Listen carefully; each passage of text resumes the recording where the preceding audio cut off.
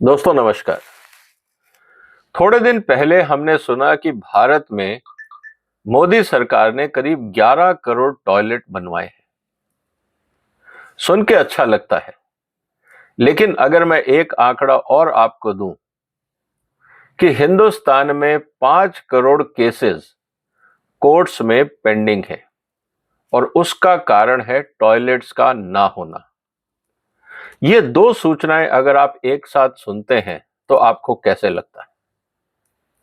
हिंदुस्तान में टोटल इस समय सुप्रीम कोर्ट, हाई कोर्ट और डिस्ट्रिक्ट कोर्ट कुल मिला के जो जजेस हैं वो 20,580 हैं। हम बात कर रहे हैं 11 करोड़ टॉयलेट्स की, लेकिन सच ये है कि हम 20,580 टॉयलेट भी कोर्ट्स में नहीं बनवा पाए। ये मैं नहीं कह रहा हूं, ये सुप्रीम कोर्ट की जो लेटेस्ट रिपोर्ट है इंफ्रास्ट्रक्चर इन कोर्ट्स को लेकर, ये उसके हवाले से मैं कह रहा हूं। ये रिपोर्ट आप सुप्रीम कोर्ट की वेबसाइट से डाउनलोड कर सकते हैं। दोस्तों, स्थिति यह है कि हिंदुस्तान में करीब 25 करोड़ परिवार हैं और 25 करोड़ परिवारों में से इस समय करीब 5 करोड़ केसेस कोर्ट्स में चल रहे हैं। अगर मैं मान भी लूं कि इसमें से आधे केसेस सरकार के खिलाफ हैं, फिर भी करीब 5 से 7 करोड़ परिवार इस समय न्यायालयों की स्थितियों के साथ जूझ रहे हैं या अपने हक के लिए न्यायालयों के चक्कर काट रहे हैं। 25 करोड़ परिवार में से अगर 5 करोड़ परिवार भी अपने लिए न्याय मांगने के लिए दर दर भटक रहे हों, तो क्या वो देश कभी खुशहाल हो पाएगा? क्या हम उस विकसित भारत की बात कर रहे हैं जहां पे हर चौथा परिवार न्यायालय में अपने हक के लिए, अपने न्याय के लिए धक्के खा रहा हो? क्या पॉसिबल है एक डेवलप्ड नेशन में? इसीलिए आज का मुद्दा बहुत गंभीर है और मैं चाहूंगा कि ये वीडियो आप अपने उन सभी दोस्तों को शेयर करें जो गांव में रहते हैं, तालुका में रहते हैं, डिस्ट्रिक्ट्स में रहते हैं, और उनसे ये कहें कि वो अपने अपने न्यायालयों में जाएं और वहां की टॉयलेट्स की फोटो लें और सोशल मीडिया पे शेयर करें और चीफ मिनिस्टर और अपने जो एमपी साहब हैं उसको टैग करें और ये बताएं कि आपके यहाँ पे जो टॉयलेट है, खासकर कोर्ट्स में, न्यायालयों में, उनकी क्या कंडीशन है। दोस्तों, ये जानना इसलिए भी जरूरी है कि जब 5 करोड़ केसेस पेंडिंग हो और न्यायालय में टॉयलेट नहीं हो, तो आपको क्या लगता है कि जो जज सुबह आके न्यायालय में बैठेगा, क्या वो शाम तक वहां बैठेगा? और खासकर जब हम महिलाओं को एनकरेज कर रहे हैं जुडिशरी में ज्वाइन करने के लिए, महिलाओं के सशक्तिकरण की बात कर रहे हैं, तो आंकड़ों के हिसाब से करीब 6% ऐसी टॉयलेट्स हैं जो लेडीज के लिए सूटेबल है।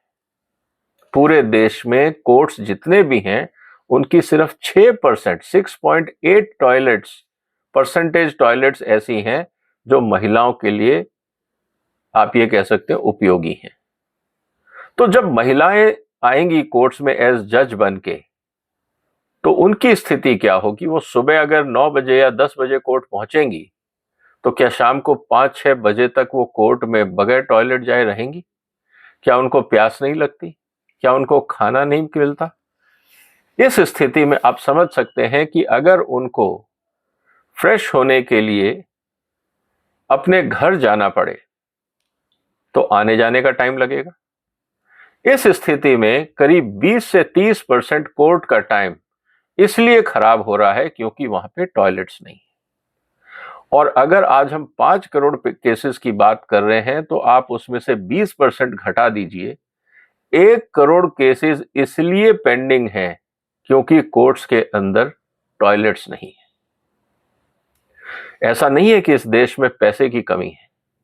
हर एक मेंबर ऑफ पार्लियामेंट को 5 करोड़ रुपए लोकल एरिया डेवलपमेंट फंड मिलता है। क्या ये जितने भी हमारे एमपीज हैं कभी ये अपने क्षेत्र में वहां की अदालतों में जाके उनकी कंडीशंस देख के आए? क्या उन्होंने कभी ये जानने की कोशिश करी कि उन्हीं की कॉन्स्टिट्यूएंसी के लोग जब अदालतों में जाते हैं, क्या उनको वहां पीने के पानी की सुविधा है? क्या वहां पे टॉयलेट्स की सुविधा है?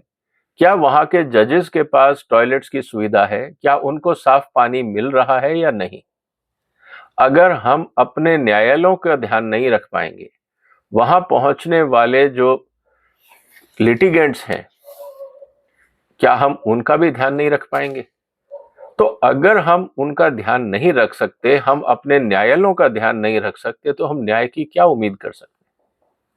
तो दोस्तों, मैं इसीलिए कह रहा हूं कि आप अपने अपने न्यायालयों में जाइए, अपने क्षेत्र के न्यायालयों में जाइए, वहां की टॉयलेट्स की और बेसिक फैसिलिटीज की फोटो खींचिए, अपने चीफ मिनिस्टर्स को भेजिए, अपने एमपीज को भेजिए, जनता में बताइए, ताकि ये पता तो लग सके कि जिस देश में हम 11 करोड़ टॉयलेट बनाने का दावा कर रहे हैं, वहां हम 20,500 टॉयलेट भी ढंग से नहीं बना पाए। ये वास्तव में चिंता की बात है। ये इसलिए भी चिंता की बात है क्योंकि 5 करोड़ केसेस पेंडिंग है। एक और इंपॉर्टेंट चीज जो हमें समझनी होगी दोस्तों, वो ये कि क्या हमें जो टॉयलेट की जो टेक्नोलॉजीज है वो हमारे पास है। आज रेलवे यूज करता है और बहुत सारे डिपार्टमेंट्स हैं जिन्होंने लेस वाटर कंज्यूमिंग टेक्नोलॉजीज पे टॉयलेट्स का डिजाइन किया है। अगर कोई ऐसे क्षेत्र हैं जहां पानी की कमी है, तो वहां रेलवे से और बाकी जो अनुसंधान संस्थान हैं उनसे टेक्नोलॉजी ली जा सकती है और मॉडर्न टेक्नोलॉजी का इस्तेमाल किया जा सकता है। इसके अलावा हर जिले में कोई ना कोई इंडस्ट्री चल रही है, वहां पे इंडस्ट्री एसोसिएशंस काम कर रही हैं, सबके पास सीएसआर फंडिंग होती है।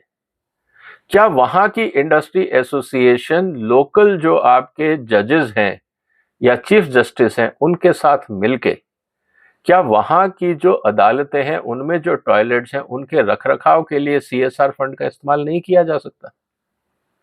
ये मैं इसलिए कह रहा हूं दोस्तों, शायद हम इन छोटी बातों को सोचना ही भूल गए, लेकिन हम बड़ी बातें करते हैं कि हिंदुस्तान में 5 करोड़ केसेस पेंडिंग हैं, लेकिन उनमें सुधार कैसे हो इसकी चिंता नहीं होती। 5 करोड़ का जो लोकल एरिया डेवलपमेंट फंड है जो हर साल एक एमपी को मिलता है, क्या हमें अपने एमपी से ये पूछने का अधिकार नहीं है कि न्यायालयों के रखरखाव में, जहां पे हर नागरिक को उसका न्याय मिलने की उम्मीद होती है, उनके रखरखाव के लिए क्या काम किया गया है?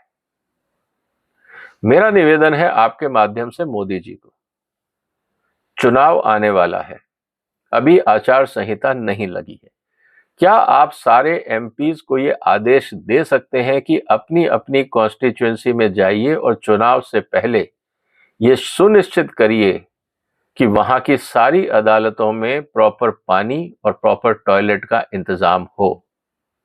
पैसे की कमी नहीं है, हो सकता है कि उनके इस काम से वहां की जनता खुश हो जाए और कुछ और वोट मिल जाए, और बुरा क्या है? अगर जनता का काम होता है और जनता खुश होकर वोट देती है तो सबका फायदा है। इसीलिए दोस्तों, मैं ये कह रहा हूं कि आप थोड़ा सा एफर्ट करिए और सोशल मीडिया का इस्तेमाल करिए दबाव बढ़ाने के लिए। अब देखना यह है कि हिंदुस्तान में करीब 688 डिस्ट्रिक्ट हैं और हकीकत यह है कि करीब 88 डिस्ट्रिक्ट्स में तो मेल टॉयलेट्स हैं, 12 डिस्ट्रिक्ट्स में तो मेल टॉयलेट भी नहीं है। अब आप सोचिए कि वो जजेस यूरिन के लिए या टॉयलेट के लिए कहां जाते होंगे? क्या ये स्वच्छ भारत का जो हम बात कर रहे हैं, स्वच्छ भारत अभियान की जो हम बात कर रहे हैं, क्या भारत के न्यायालय उसका हिस्सा है या नहीं? ये गंभीर चिंता है दोस्तों, और मैंने नहीं कहा इस बात को, ये बात भारत के चीफ जस्टिस ने भी कही। तो ये रिपोर्ट पढ़ के कि 5 करोड़ केसेस जो भारत में पेंडिंग है, वो क्यों पेंडिंग है, उसकी मैं डिटेल्ड रिपोर्ट पढ़ रहा था, करीब 250 पेज की रिपोर्ट है। उसमें जब ये टॉयलेट का मुद्दा आया तो मुझे बड़ा अजीब लगा और शायद शर्म भी आई कि हम कह रहे हैं कि 11 करोड़ टॉयलेट बन गए, लेकिन हमारी अदालतों में भी टॉयलेट्स नहीं, खासकर महिला जजेस के लिए टॉयलेट नहीं है। जो महिला प्रतिवादी वहां आती हैं, जो पिटिशनर्स आती हैं, जो रिस्पोंडेंट आती हैं, उनके लिए भी टॉयलेट नहीं है, पीने का पानी नहीं है। और हम न्याय व्यवस्था की बात कर रहे हैं, हम डेमोक्रेसी की बात कर रहे हैं। दोस्तों, इस वीडियो को शेयर करिए और उम्मीद करता हूं कि आप अपने आसपास जो न्यायालय हैं, जब भी मौका मिले घूमते फिरते जरूर एक चक्कर लगाइए। मोबाइल में उनके टॉयलेट्स और वाटर फैसिलिटीज की आप फोटो लीजिए और शेयर करिए। ये इसलिए नहीं कह रहा कि ये शौक है, ये इसलिए कह रहा हूं कि बेसिक टॉयलेट फैसिलिटी और क्लीन वाटर ये फंडामेंटल ह्यूमन राइट्स हैं, ये फंडामेंटल राइट्स हैं। जब हमारे जजेस के फंडामेंटल राइट्स पूरे नहीं हो रहे हैं, तो आपको क्या लगता है कि वो आम आदमी के फंडामेंटल राइट्स के बारे में ज्यादा सजग होंगे? जिसको न्याय देना है उस न्यायाधीश के ही फंडामेंटल राइट्स एनक्रोच हो रहे हों, तो वो आम आदमी के फंडामेंटल राइट्स की कब तक रिस्पेक्ट करेगा, कब तक चिंता करेगा? ये मुद्दा गंभीर है। इस वीडियो को शेयर करिए, एमपीज तक भेजिए, प्राइम मिनिस्टर तक भेजिए, क्योंकि उम्मीद है कि आप मेरी बात से सहमत होंगे कि हमें ये बेसिक सुविधाएं हमारे कोर्ट्स में देनी है। नहीं तो क्या ये अच्छा लगेगा कि दुनिया में आज ये वीडियो जाएगा और पता लगेगा कि भारत के न्यायालयों में टॉयलेट्स भी नहीं है और हम अपने आप को दुनिया की तीसरी सबसे बड़ी अर्थव्यवस्था, या आज हम 5वीं सबसे बड़ी अर्थव्यवस्था है, हम अपने आप को दुनिया की तीसरी सबसे बड़ी अर्थव्यवस्था बनाने की तरफ जा रहे हैं, लेकिन हम टॉयलेट फैसिलिटी नहीं दे पा रहे। दुनिया में क्या इज्जत रहेगी हमारी? इसीलिए दोस्तों, ये मुद्दा गंभीर है। उम्मीद है आप अपने विचार व्यक्त करेंगे कमेंट बॉक्स में। इस वीडियो को शेयर करिए, इस चैनल को सब्सक्राइब करिए। फिर मुलाकात होगी एक और महत्वपूर्ण मुद्दे के साथ। तब तक अपना ध्यान रखिएगा। वंदे मातरम।